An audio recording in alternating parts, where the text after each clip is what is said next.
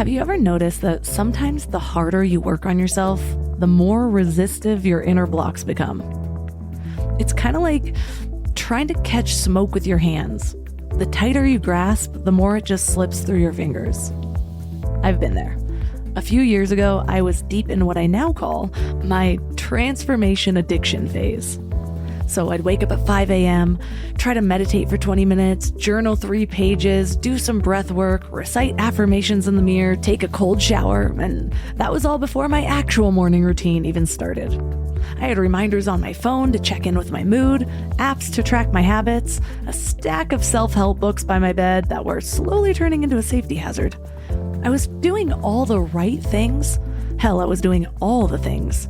And you know what?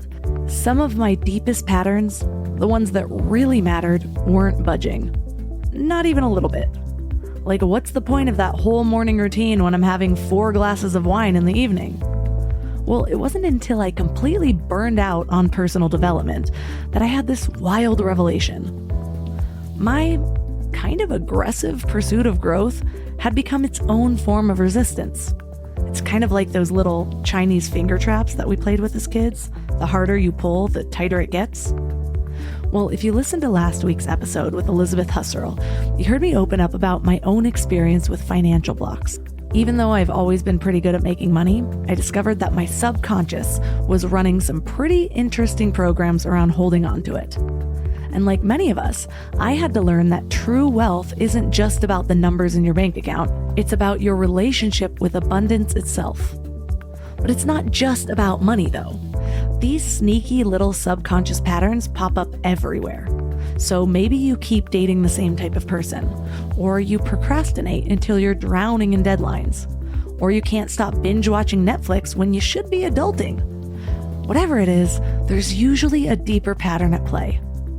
I mentioned my money story later in this episode too, but first, let me break this down with some science. So research in neuroplasticity, which is just your brain's ability to change, shows that forcing change often triggers our threat response. So it's like trying to manually override your body's operating system. Your brain basically goes, nope, not today, and then it doubles down on old patterns to keep you safe. There was this really fascinating study from 2023 that found that people who approached change with gentle awareness, so basically just noticing their patterns without judgment, showed way better results than those who attacked their issues head on. And get this, their changes actually stuck around longer too. So this isn't just theoretical for me anymore. After years of testing different approaches with myself and my clients, I've seen firsthand how a relentless pursuit of fixing ourselves often keeps us stuck in the very patterns that we're trying to break. The self-help industry is projected to hit $14 billion by 2025. That's billion with a B. Yet mental health challenges are still on the rise. Something isn't adding up here. So I've been quietly working on something that addresses this exact problem, a completely different approach to transformation that works with your resistance instead of against it. And I'll be sharing more about that in a few weeks because this is my most accessible program yet. This is really what my vision is of helping as many people as possible. But for now, I want to dive into this topic with someone who gets it at a deep level. So let me ask you, what if the key to real transformation isn't in adding more techniques to our toolbox, but in fundamentally changing how we approach the whole process of change itself? What if the very resistance we feel towards our blocks holds the secret to dissolving them? And what if, stay with me here, all of those blocks you've been fighting aren't actually the enemy? Well, today's conversation blew my mind, and I have a feeling it might shift something for you too. Our guest is Brandon Epstein, a mindset coach who experienced his own profound awakening through what he calls an ego death. After this experience showed him the deep programming holding him back, he developed a unique approach to transformation that works with our resistance rather than against it. So in this episode, you'll discover why fighting against your mental blocks actually makes them stronger and what to do instead. The surprising way your body holds the key to accessing and transforming subconscious programming, and how to use the principle of polarity to turn your biggest blocks into your greatest strengths. This show is sponsored by BetterHelp. You guys, workplace stress is killing us. 61% of people are dealing with stress levels that are way beyond normal. So if you're feeling it, you are not alone. I used to think I could just push through everything, work harder, sleep less, pretend I had it all figured out. But that approach nearly broke me. I am all about following your joy. If that voice in your head is telling you to make a change, listen to it. Maybe you are ready to quit your job. Maybe you do need to flip your whole life upside down. But either way, you need support and tools to navigate it well. And that's where therapy comes in. Modern therapy teaches you how to set boundaries without feeling guilty, how to manage anxiety before it spirals, how to make big moves from a place of strength instead of desperation. And BetterHelp has over 30,000 therapists and has helped 5 million people worldwide. And you can talk to someone from your couch. No waiting rooms, no awkward scheduling. Therapy gives you the clarity on whether that voice telling you to make a change is your intuition or just the Sunday scaries. But either way, you deserve support. As the largest online therapy provider in the world, BetterHelp can provide access to mental health professionals with a diverse variety of expertise. Unwind from work with BetterHelp. Our listeners get 10% off their first month at betterhelp.com/mindlove. That's BetterHelp, HELP.com/mindlove. I was just talking to a friend who's been trying to hire someone for 3 months. 3 months. She's been posting on random job boards, scrolling through resumes that make no sense, getting ghosted by candidates. It's a mess. When it comes to hiring, Indeed is all you need. Stop struggling to get your job post seen on other job sites. Indeed's sponsored jobs help you stand out and hire fast. With sponsored jobs, your post jumps to the very top of the page for your relevant candidates so that you can reach the people that you want faster. And it makes a huge difference. According to Indeed data, sponsored jobs posted directly on Indeed have 45% more applications than non-sponsored jobs. One of the things I love about Indeed is that it just makes hiring so fast because you're not wasting time on platforms where nobody's actually looking. Your job gets in front of real candidates who are actively searching. Plus, with Indeed sponsored jobs, there's no monthly subscriptions, no long-term contracts, and you only pay for results. How fast is Indeed? Well, in the minute I've been talking to you, 23 hires were made on Indeed, according to Indeed data worldwide. There's no need to wait any longer. Speed up your hiring right now with Indeed. And listeners of this show will get a $75 sponsored job credit to get your jobs more visibility at Indeed.com/mindlove. Just go to Indeed.com/mindlove right now and support the show by saying you heard about Indeed on this podcast. Indeed.com/mindlove. Terms and conditions apply. Hiring? Indeed is all you need. Usually the things that people want to focus on are the areas that are already going well, right? But through going through this baseline testing, what we identify is sometimes you want to focus on achieving more in your career or in your finances, but there might be a big issue in your relationship. And if we resolve that, maybe it doesn't feel like you need more money, you need more success. Maybe this is just like the leak in your boat that's constantly making you feel like you're being weighed down and you're going under. And so that's the first step always, is just let's get awareness of the different areas of your life. And then we can identify, okay, if you're doing terrible in this area, I guarantee you've been programmed to fail in this area of your life. Otherwise, you would have great results.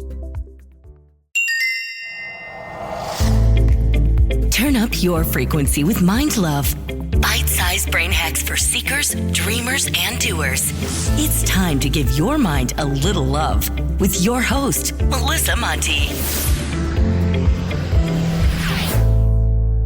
Well, I internet stalked you a little bit because that's what I do. And of course. What we all do, right? Yes, whether you know it or not.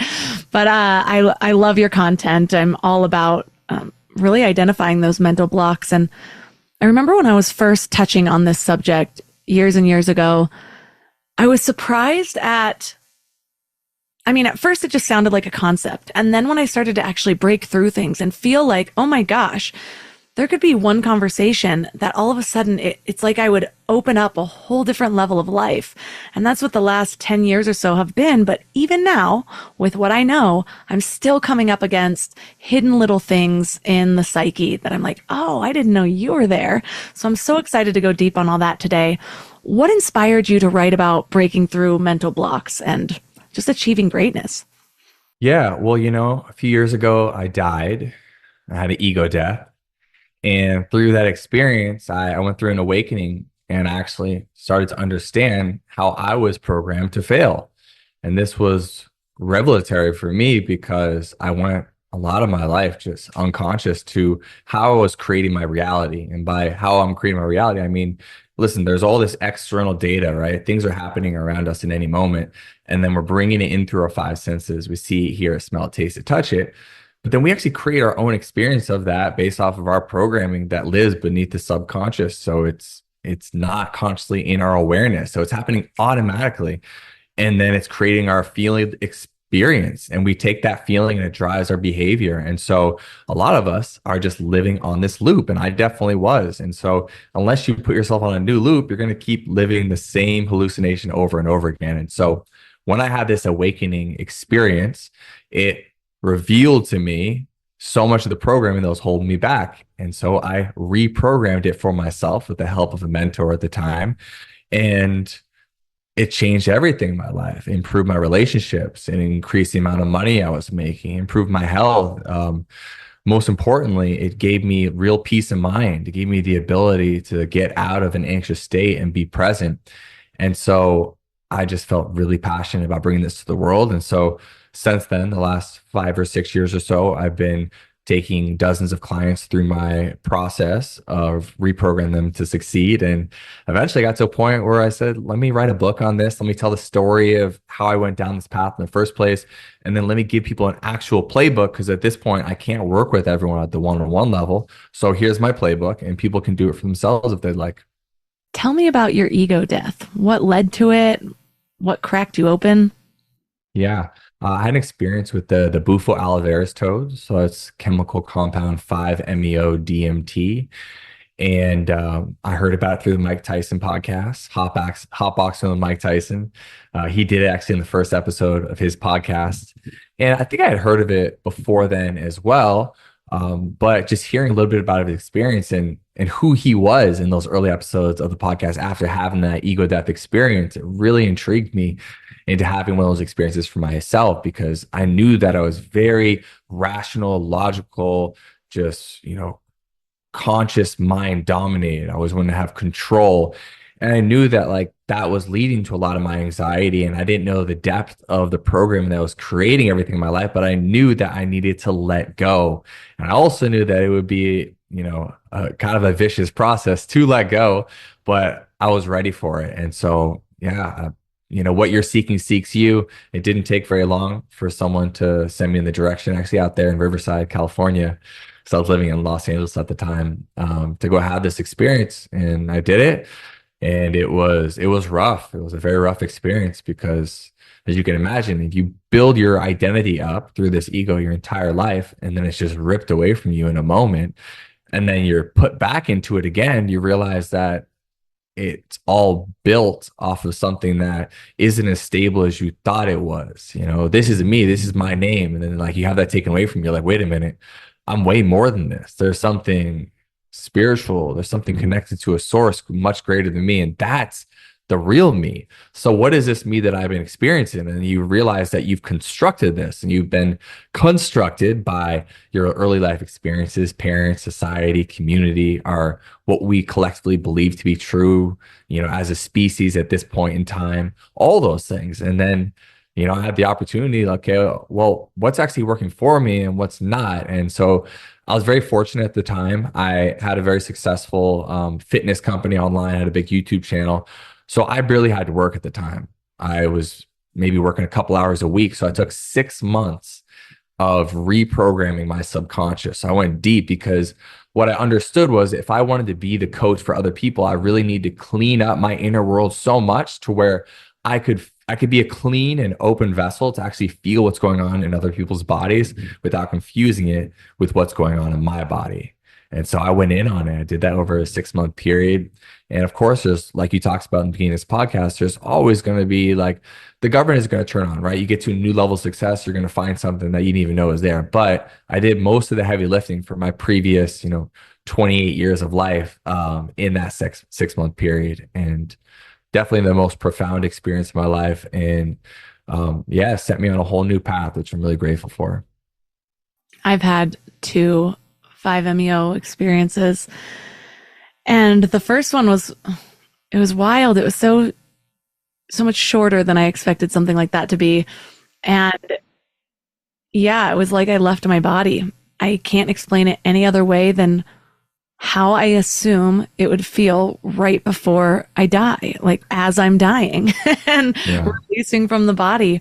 And then the other time was, it was a cocktail of ayahuasca and 5-MeO going around in like a vaporized bag. And I remember right before that, my husband and I, at this time in our life, we were scrappy, budding entrepreneurs, had no money, living in a tiny little studio apartment. We had to build a loft just to like fit our bed. And we got this opportunity and I had been looking for it. I was really intrigued by it. And I kept asking people where to find it. And they're like, it'll find you if you, Yep. if it's meant for you. And it did within months. So there's this opportunity presented and it was fairly expensive because of the cocktail of things being offered. And my husband and I were just like, this is not smart for us to spend our money on, but we decided to swing it anyways. And I just remember the drive back the next day and we're just laughing. And it's like, that's the best thing we could have done because none of this is real. It's all of our problems that feel like it's keeping us in a cage right now. And it just like, no, like life is a playground. We just need to start creating the conditions to experience it that way.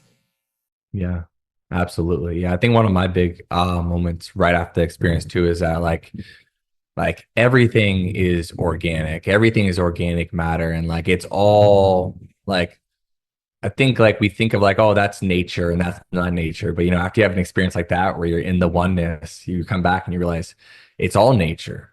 How could it be here if it's not? It's all God. And so that perspective is interesting because I think we like put some things in this like bucket of this is holy, this is sacred, this is not holy, this is not sacred. But if it's all God, it's all holy and it's all sacred, and we are all holy, and all of us were made perfectly. And this kind of brought me back to like the work I believe so much in now is like when I'm working with an individual, I'm like, you're perfect. You just got programmed with a bunch of bullshit, and we have to clean that up to reveal your inner planet and the organic version of you that you're meant to be and that you truly are when you remove all these masks. I was just interviewing Dr. Tony Nader. He's big in the transcendental meditation space, and he has a new book called Everything is Consciousness, or it's all consciousness. And it's this concept that every time things feel heavy, even just that thought can make it lighter, because how much weight can consciousness really have? But I'm curious, you talk about putting yourself sort of in this accelerator for your own reprogramming. And I know that's what you work with clients on also. Yes. Where do you start? When you were like, okay, I've got some work to do, what was your first step? Because there's so many tools that we can access.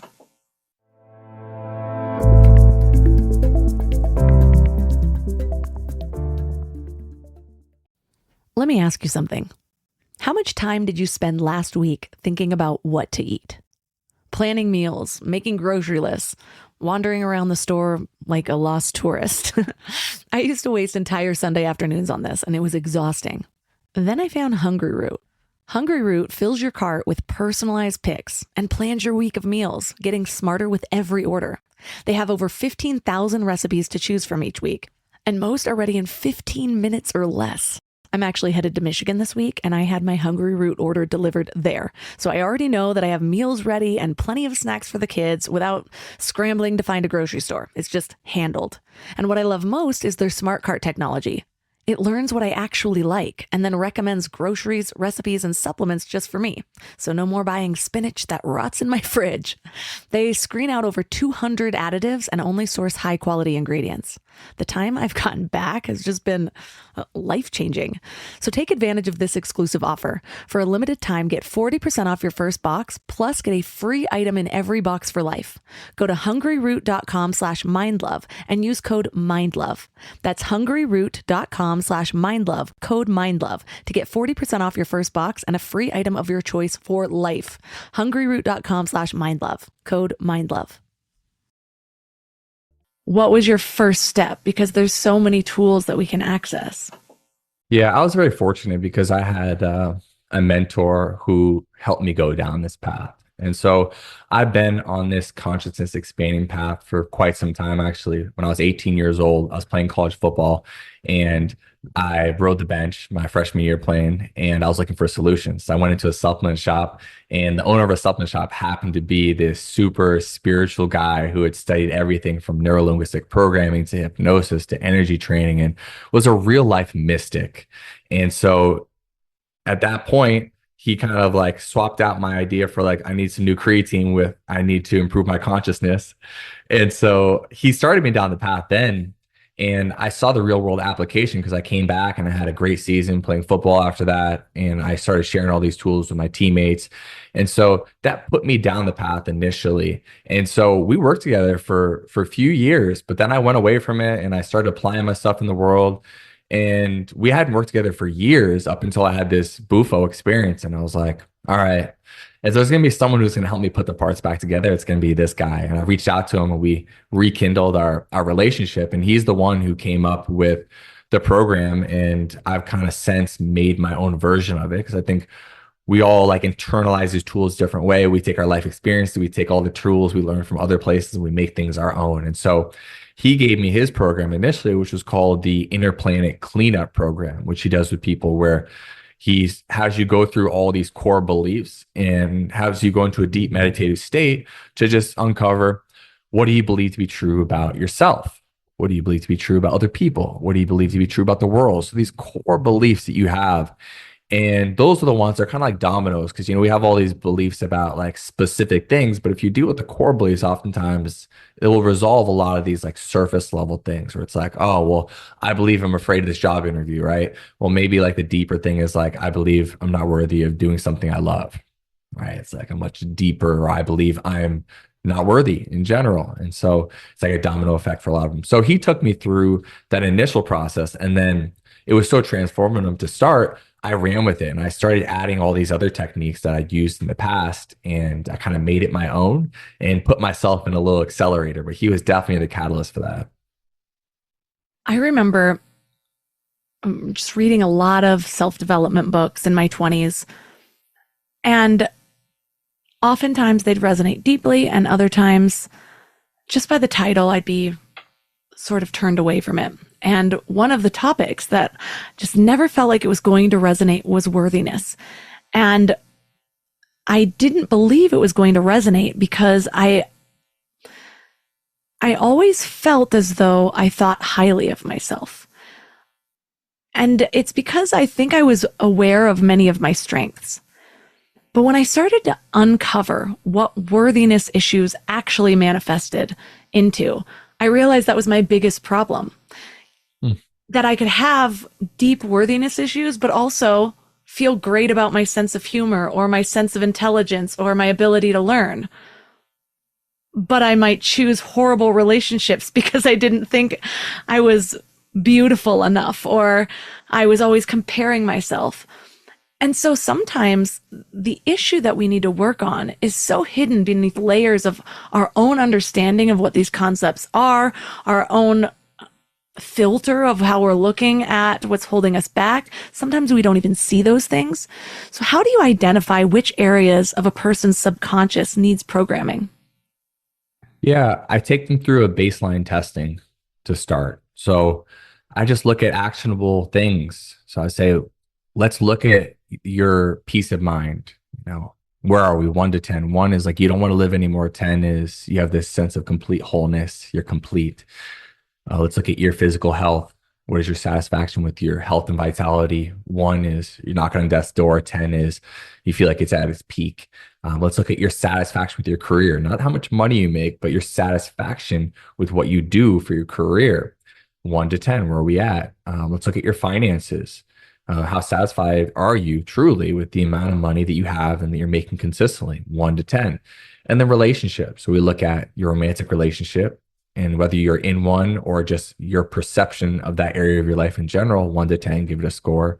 Your tribe. So what are your relationships like with the people who don't necessarily need anything from you, right? The people who are there for you because of who you are and not what you can do for them. and giving that a real score. And then work relationships, because most of us, we spend most of our time working. So those relationships really meaningful. So I take people through a baseline when we get started of just like scoring each one of these areas. And usually the things that people want to focus on are the areas that are already going well, right? But through going through this baseline testing, what we identify is sometimes you want to focus on achieving more in your career or in your finances, but there might be a big issue in your relationship. And if we resolve that, maybe it doesn't feel like you need more money, you need more success. Maybe this is just like the leak in your boat that's constantly making you feel like you're being weighed down and you're going under. And so that's the first step always. It's just let's get awareness of the different areas of your life. And then we can identify, okay, if you're doing terrible in this area, I guarantee you've been programmed to fail in this area of your life. Otherwise, you would have great results. And so then we dig in there. When I might ask them, okay, well, what is it that you want to achieve? What would it look like if you were a 10 out of 10? What would you need to do to get to 10 out of 10? And then even just asking that question of like, what would it look like? What would you need to do?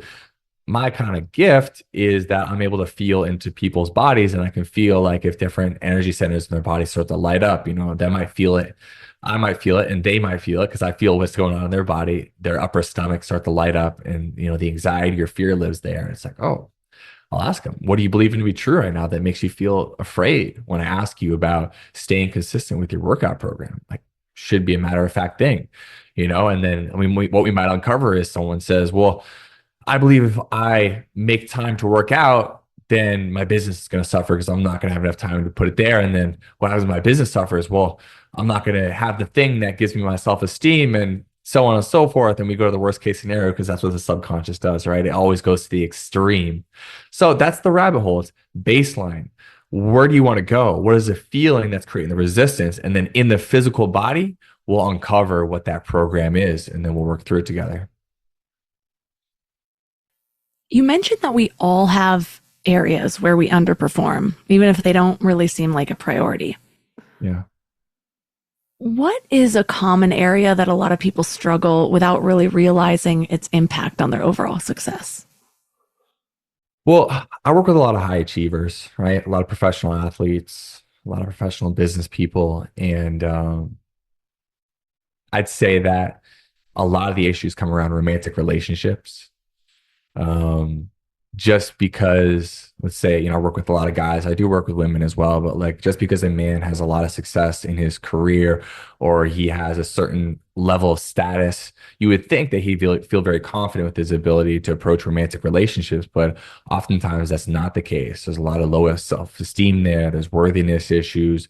There's fear of judgment. There's fear of being hurt. And so those are the things that oftentimes get exposed. And those insecurities, oftentimes, especially with these high performers, leads to infidelity and leads to trust issues and leads to a man oftentimes taking on more of that feminine role and forcing the woman to be in the more masculine dominant role because he hasn't really learned how to bring his strength into the relationship. And so he instead goes in there as a place to like, hey, you take control.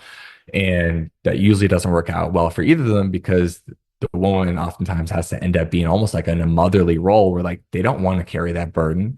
And so those are the things I see very oftentimes in high achievers. And I was talking to a buddy of mine earlier who is also a coach, and it's like, these guys, they have these public personalities we work with who have like very well known. You'd think like this guy's crushing with the ladies, but in reality, a lot of them have a lot of insecurities and they would never even ask for help in that area. The only way that you would even identify that is going through that baseline testing and starting to dig in deep to like, okay, how does it really feel to be you here, and creating a safe enough container for those things to come up, because they're not going to share that with just about anyone in the world except for maybe their coach in that container. I'm reminded of somebody I worked for years and years ago. Multi-millionaire, good-looking guy, lived in a penthouse, Aston Martin, like all the things.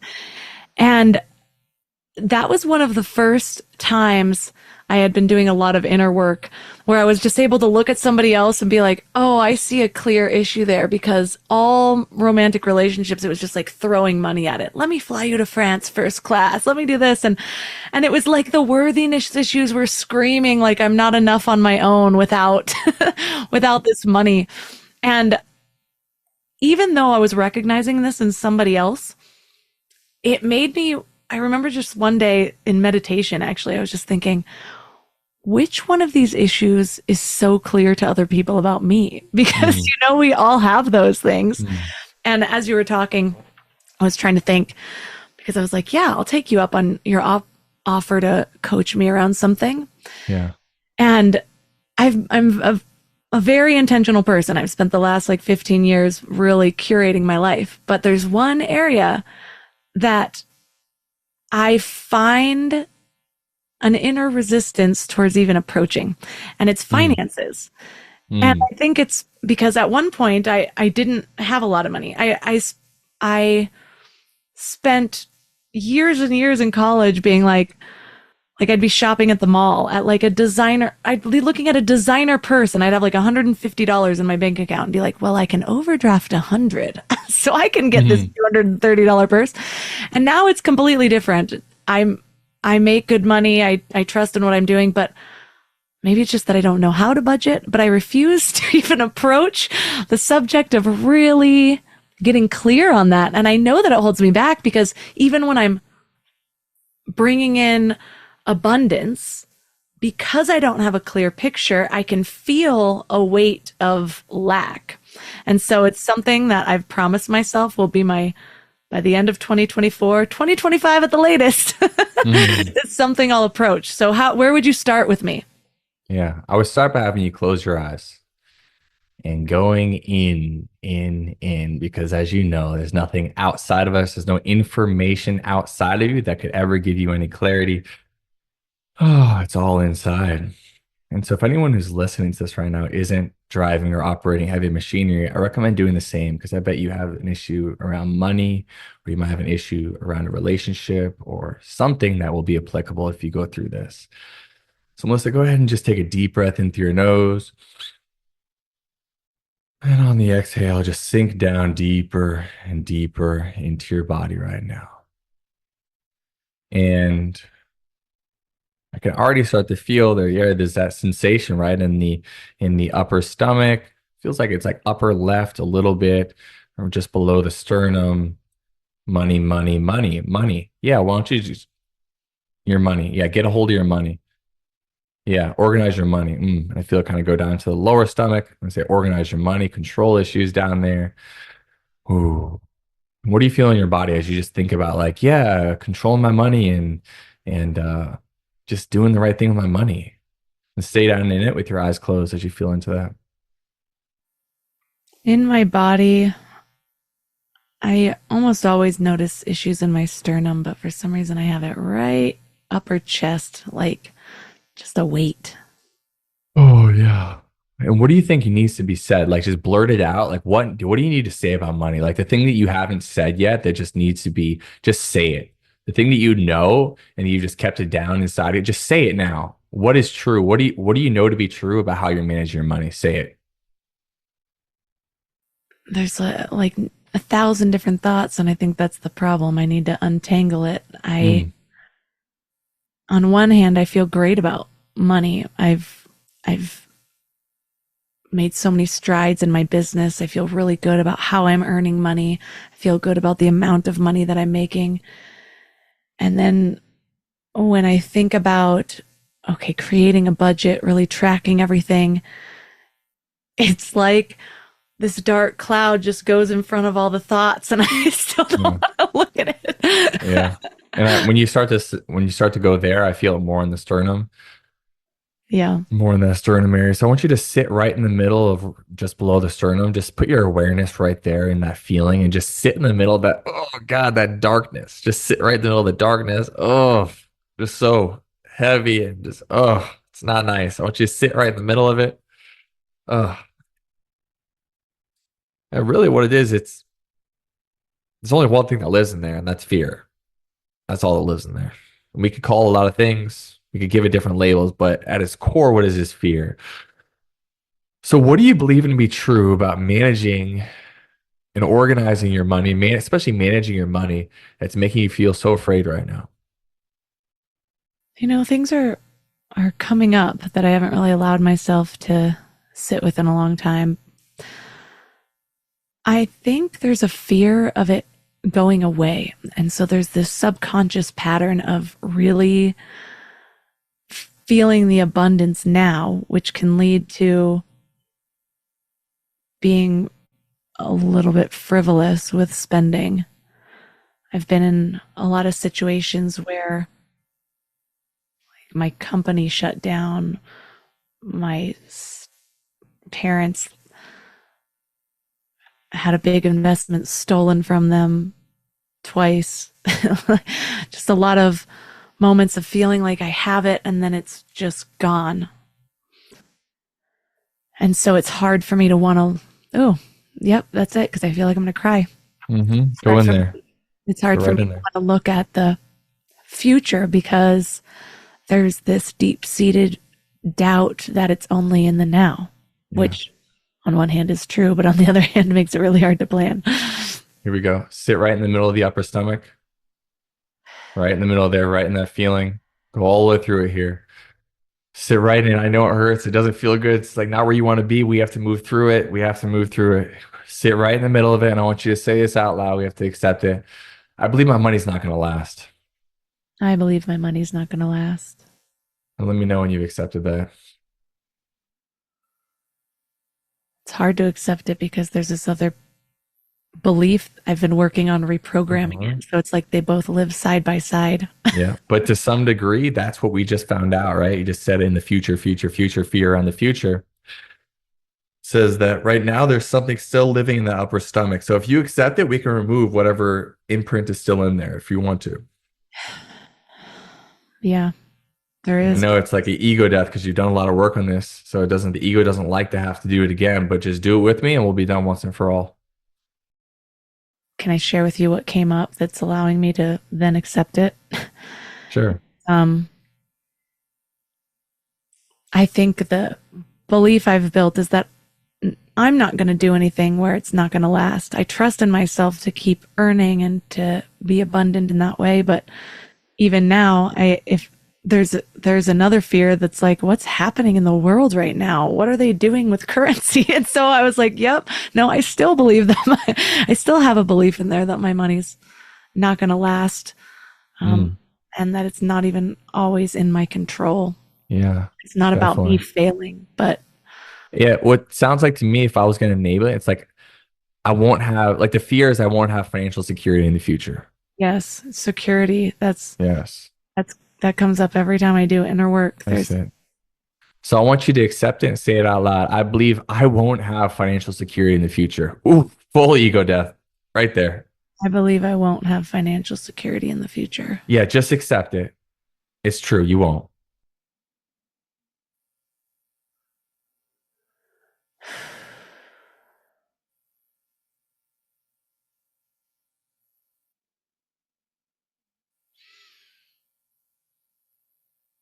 Yeah. Have you accepted it? There's a belief. I believe I won't have financial security in the future. I accept that. And I want you to visualize a timeline for your life stretched out in front of you. Everything to the right is in the future. We'll get there eventually. We're not there yet. To the left's the past. We already been there. It's dead. It has no control over us. But right in front of you, that dark cloud does live in front of you. And it says, I won't have financial security in the future. And it carries with you everywhere you go. It just follows you around. Yeah, I want in the future, but I won't have it in the future. Don't even look at it. Don't look at it. Don't plan. Don't do it because we're not going to have it in the future. I want you to feel all that emotion, all the fear that's there, all the uncertainty. And I want you to breathe in deeply through your nose. Exhale, and a powerful wind is going to move from right to left. It's going to pick up this dark cloud that says we won't have security in the future. It's going to move this dark cloud to the left, to the left, to the left, to the left, all the way, and easily into the past. And as soon as that dark cloud goes into the past, it dissolves because the past is dead. And as it dissolves, we come into the present. I want you to feel yourself flying through time and space in the present moment, living in the eternal now, and the emptiness of the now. Feel how light it is here to be in the now, how empty this space is here. What's the opposite of not having financial security in the future? Having financial security in the future. That's right. I want you to say, I believe I will have financial security in the future. I believe I will have financial security in the future. And instead, let's just bring it into the present, the eternal present. I believe I believe have financial security. I have financial security. Breathe it in deeply through your nose. Exhale. Feel that move down through every cell in your body as this seeps into every cell from your head, your neck, your shoulders, your upper arms, lower arms, hands, and fingers. Say it again. I believe I have financial security. I believe I have financial security. Down through your upper back, your chest. Feel your whole body being permeated with this energy as it moves down through your lower back, your stomach, your hips, your thighs, your lower legs, your feet and toes. Oh, feel the energy settling into your heart. Notice that financial security doesn't happen in the future, it happens right now.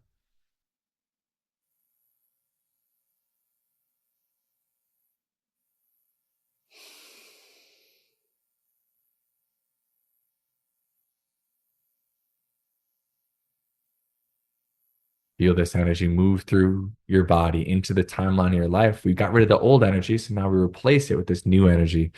And this new energy takes form on your timeline. It says, I have financial security. And it surrounds you in this energetic aura. I want you to feel yourself being held by this energy that says, I have financial security. I am financially secure. Breathing it in.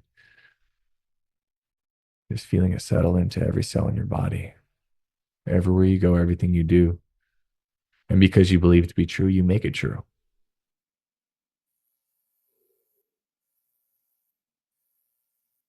And now knowing that you're financially secure, I want you to feel there's actually a little bit of inspiration to maybe you don't even necessarily have to make a budget, but just tracking your finances, being aware of them, just staying in full awareness of them, because that's what someone who would do if they were financially secure.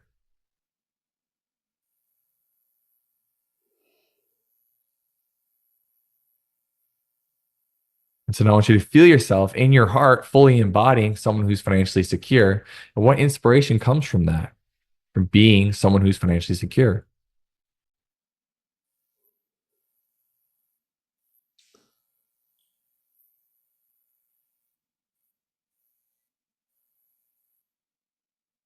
Yeah, it's so interesting. The visual I'm getting right now is like rays of light coming through a big white cloud instead of a dark cloud, breaking through something.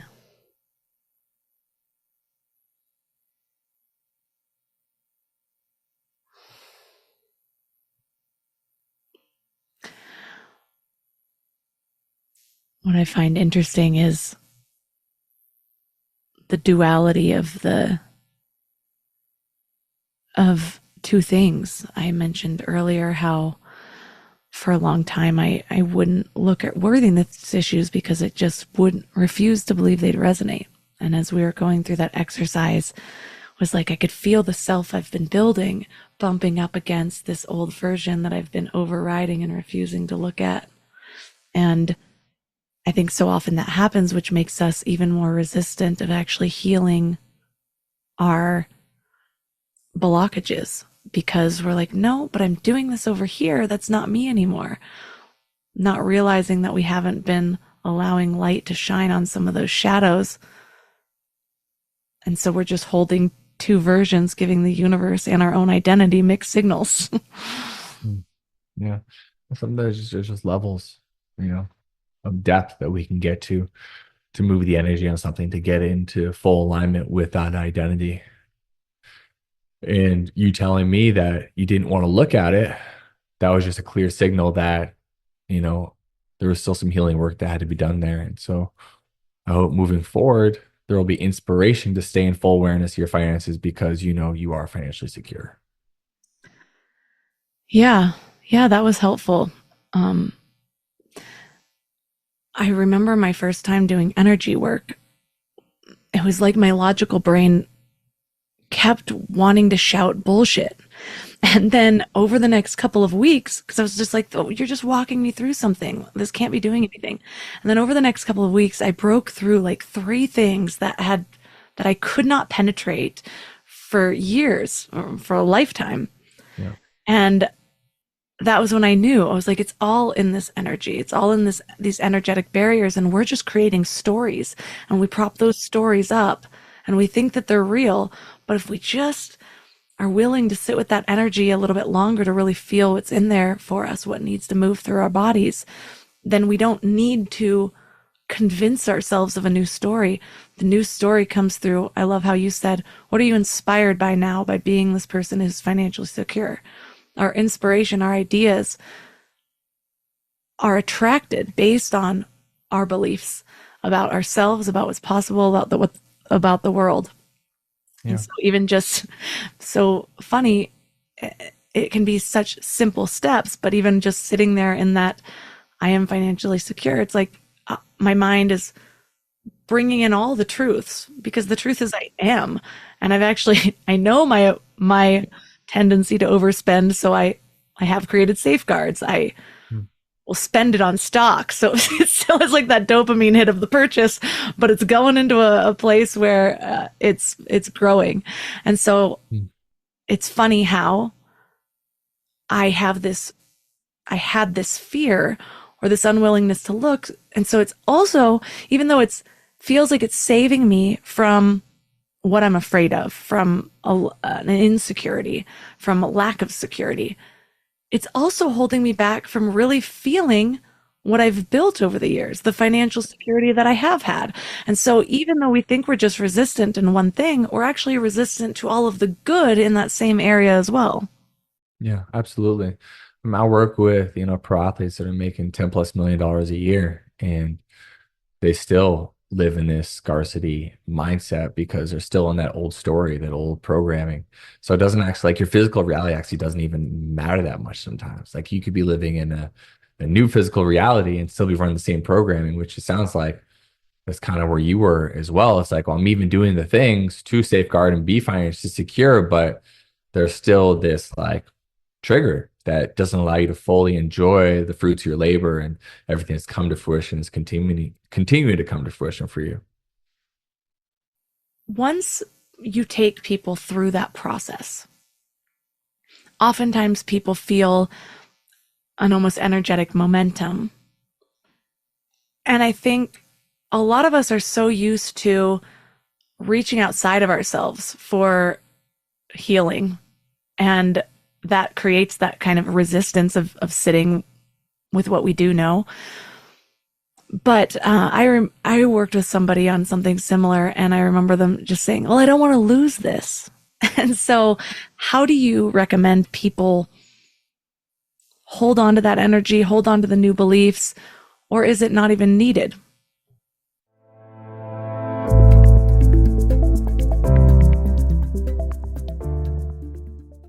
How do you recommend people hold on to that energy, hold on to the new beliefs, or is it not even needed? Yeah, I encourage people to go through an integration of the new belief. And so, if we were doing a session, like, this wouldn't be the only one, right? We would find all the different points of resistance in all the ways. And we end up with a script, actually. There'd probably be a handful of beliefs that we transmuted in the session. And then I would have you record a voice memo of you reading these out loud. And then I would mix it for you with some binaural beats behind it and have you listen to it when you're waking up in the morning, when you're falling asleep at night, and throughout the day. And that script is going to help integrate, because what voice is in your head, it's not other people. So, like, you shouldn't listen to YouTube motivational videos. You want to listen to your own voice, because that's the voice that's usually in your head.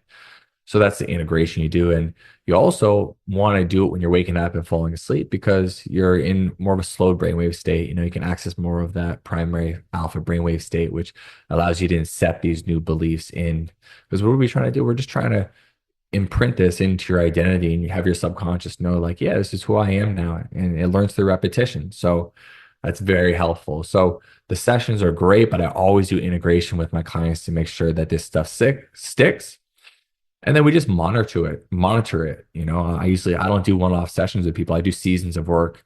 It's like, all right, what are we achieving here together in this season of work? Let's get after it. And so we'll monitor it, and week by week see how those new beliefs are being integrated. And if they need extra work, we keep listening to them. And if you listen to them and they're matter of fact and they're like, yeah, of course, then we don't have to keep listening to it. So we just listen to it until it moves to that, unconscious level where you're unconsciously competent. It just is. You don't have to think about it at all. There's an app called Think Up that's one of my favorites because you actually record your own affirmations and then it puts it into a meditation. But Very I love cool. that there really is something powerful about hearing your own voice saying something because you're less likely to argue it. So often our inner thoughts are saying ridiculous bullshit and we're just accepting it because it's coming from us and we're like, well, Mhm. must be true. It knows me, Right. when it's furthest from the truth. But I'm curious, I know you talk a lot about core wounds. How do core wounds come into this process? Yeah, early in my work, I used to go address core wounds and have people move through that past trauma. So, a core wound is something that happens usually between the ages of 0 and 7. Those are like primary programming years, where it leaves such a big emotional imprint that this piece of programming that is developed through this event can hold you back for the rest of your life. And so it could be someone like a parent yelling at you and belittling you, or it could be sexual abuse, or it could be violence. The worst thing that ever happened to you is the worst thing that ever happened to you. But that core wound is usually one of the worst things that ever happened to you. And then the corresponding story and then programming that came from that. And so what I've learned over the years is that I don't need to anymore go back and address the actual event. I just need to uncover how it's showing up in someone's life in present day, present time. And so again, we come back to that baseline. We identify where they're struggling, and then we see what is the corresponding programming that came from that core wound. And sometimes, we'll download, we're in deep session in meditation and someone will be like, oh yeah, I remember this happened. Okay, that's fine, but we don't need to go relive that actually. We can just see, what do you believe now to be true because of that, right? Where is your lack of safety or your sense of unworthiness, and where is that living in you right now? And when we're able to identify that, we reprogram it, and then the core wound is resolved because it was never actually about what happened. It was about the meaning that you created in your body after that event occurred. Yeah, I have spent time unraveling the core wound of the security thing. And I've tied it back to just, yeah, the I think 0 to 5, I felt very out of control of my situation. My parents divorced when I was like 6 months old. My mom had to move in with my grandparents. I knew my dad had no money, just constantly hearing how my dad didn't want to work. And so then I got a stepdad and we moved in with him. And what I carried through a lot of that was I was always expecting somebody else to save me. Like somebody else needed to save my dad. Somebody else needed to save my mom. Where are we going to go live now? Oh, now this person has a house. And none of it ever really felt like mine. And so I think that's why I have a tendency to build up my fortress around myself, but at the same time, really not trust in its stable nature. Yeah. And hopefully in large part, like you had, Had and now that you're in this place of you're financially secure, that's just it's an old way of being. And that's not you anymore. It's not your story. When you work through something and you find that old beliefs come up, do you have a visualization or a process of just kind of dismissing those, letting them go? For myself, For yourself or your clients? yeah. I mean, I do the same thing that I did with you for myself or with any other client. Um, because sometimes like we do all of the inner planet cleanup and we get to a place where like things are pretty good, but then one day someone comes in, checking in with them, something's not good, something's a little bit off. So whether that's my client or me, definitely happens. Just feel into the body, see where the tension is, feel into the energy centers. Usually it's going to live down in like the second chakra, third chakra, sometimes up in the throat chakra, but usually it's going to be down in like the lower chakras. And in those energy centers, like feel the tension and then feel the emotion. And I'm going to go in there and uncover whatever program's in there. And there's levels to this, definitely, because once you get past through all your like surface level stuff, then it becomes more of like, okay, outside of just my programming, how do I need to see the world new? Right? How do I need to see everything new? How do I need to step back from what I've been told to label everything around me in events and create a new paradigm? Like that's like the next level of like seeing everything new. Again, I don't know how else to describe it. It's like, okay, this is a table, but what if I saw it before? What if I saw it as if something that wasn't told me that this is a table?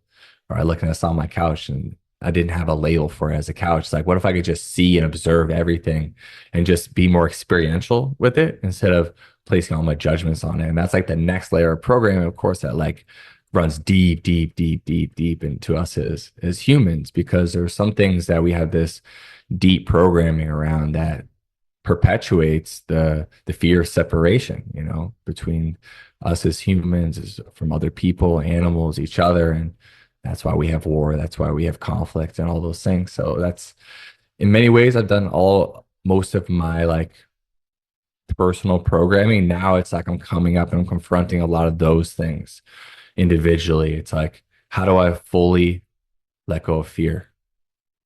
How do I just move on from that altogether? And so that's like, you know, the deep spiritual work that I'm currently moving through at this point. I have a 3-year-old and we're in pretend play phase right now. And it's funny because going into pretend land for hours at a time is exhausting. Like sometimes I'm like, I don't know what's harder, coming up with more stories for you or physically playing. And I mention this because I tuned in a couple months ago.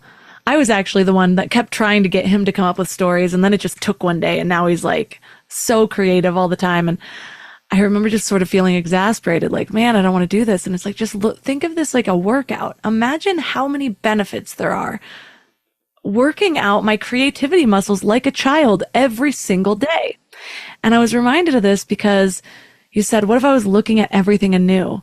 And I, in that moment, had this huge rush of gratitude because it's part of the pretend play that I'm forced to do right now all the time. It's like, what if this couch is not a stick or is not a couch? Mm-hmm. And I'm thinking of the book. There's a book called This Is Not a Stick. And so the whole book is just, what are you doing with that stick? And then he's like, it's not a stick, it's a wand. And it's like an outfit. And, yes. And so it's just those times of thinking, oh, there's so much work to do with spiritual development and self-development. But sometimes if we just apply that same mindset of what's going on in my current situation, what am I resisting? It could be a task at work, cleaning your house. And it's like, what if you can just transform it? Like act like it's a whole different activity. I often use the example of like washing dishes. Somebody once told me, no, think about how you'd feel washing dishes for the first time if you got out of prison for 40 years. You'd be like, oh my God, the warmth and the soap. And every time I wash dishes now, I can do it with a mindset of gratitude. And so I just encourage anyone out there listening, what in your life do you hate doing, or what is annoying to you, or what feels challenging? Can you shift that to where maybe it's actually the gateway to your next level of growth? I want to talk quickly about the principle of polarity. How did this concept help you in transforming limiting beliefs? Yeah, I think I understand that, you know, yin yang is everywhere in the universe. And so if there is a belief that's holding you back, right? If it's creating resistance, if it's a block for you, then that same energy can't be created nor destroyed. So we can reclaim it. And we can use the opposite polarity for it. And I've been very interested in polarities for years. Like when I broke my arm, when I was first learning this stuff back when I was, I think I was like Might have been all the way back to, yeah, when I was like 18 years old. I think, yeah, when I was first learning this stuff, I put magnets on my bone to use a polarity to try to heal myself. And I've just been very interested in that concept of reclaiming the energy and transmuting it and alchemizing it. And so when all this programming stuff came up and I started learning about it, it made just a lot of sense. I'm like, oh, well, if the energy is holding me back, you propel me forward. And so it's just an act of alchemizing the energy that already exists. And so it's actually very exciting for me once I am able to identify with the client what is holding them back. So I'm like, great, it's going to be an awesome propulsion system for you because you're going to be able to use the opposite polarity to move you forward now. And it usually works that way because whatever's been holding you back can now become your springboard. Well, I love leaving listeners with something either actionable or one thought to really focus on and to keep front and center for this week. If you were to give them a little bit of growth work, what would that be? Depending on where someone is on their journey, if you're new to this type of work and you listen to this conversation, it was like a little bit woo-woo for you, or you're like, I don't know, there must be something there, but I'm not a full believer yet. I recommend that you just set alarms in your phone to go off every 3 hours to ask you, how does it feel to be me right now? And this exercise itself, just do this for a week. It's going to lift the veil on your actual human lived experience. And you're going to be able to identify, like, how are you? Do you want to continue to participate in the same habits, the same environments, the same ways of being, or do you want something to shift? And I think if you just do those notes, those alarms every few hours for a week, you're going to have a real clear picture of your life and you're going to be able to step into awareness and you can do whatever you want with that. But I think it's very empowering to get on the awakening path just through that initial awareness. Well, thank you so much for just the energy you bring to this topic. For listeners that want to learn more about you and your book, where's the best place for them to connect? Yes, the book is available on Amazon. It's called Programmed to Fail by Brandon Epstein. And if someone wants to explore getting a subconscious audit by me and doing some of the work we talked about today, they can go to my website, thebrandonepstein.com. You can apply there. I'm also very active on Instagram, Brandon Epstein _. So you can check me out, shoot me a DM. Let me know what you thought of the podcast today. All of the links to this episode will be at mindlove.com/379. Your challenge this week is to set alarms on your phone every 3 hours to check in with yourself and ask, how does it feel to be me right now? Do this for a week, even if it feels a little bit weird at first, and notice what patterns emerge, what environments trigger certain emotions, and how your energy just shifts throughout the day. This pretty simple practice can actually reveal a lot about where we might be stuck and what's actually working in your life. And it's got me thinking too, because it's kind of wild how we're all out here collecting all of these amazing tools and insights, but sometimes it just feels like each new piece of wisdom just spotlights the gap between where we are and where we want to be. So that's exactly why I've created Living Mind Love. It's not just another thing to learn. It's your path to actually living all of this stuff that we talk about, and in a way that fits easily into your life, because I know we're all already busy. So if you're ready to move from knowing to being, join us at mindlove.com/waitlist. You'll be the first to know when we launch. And I also want to know how the challenge feels for you this week. Let me know how it goes. You can reach out to me at mindlovemelissa on Instagram. You can find all of my amazing sponsors at mindlove.com/sponsors. And don't forget, if you want a little pick me up first thing in the morning, sign up for the Morning Mind Love at mindlove.com or text the word morning to 33777. So thanks for giving your mind a little love today, and I'll see you next week. Thanks for tuning into Your Higher Frequency with Mind Love. Head to mindlove.com for a free gift to keep your vibes up until next week.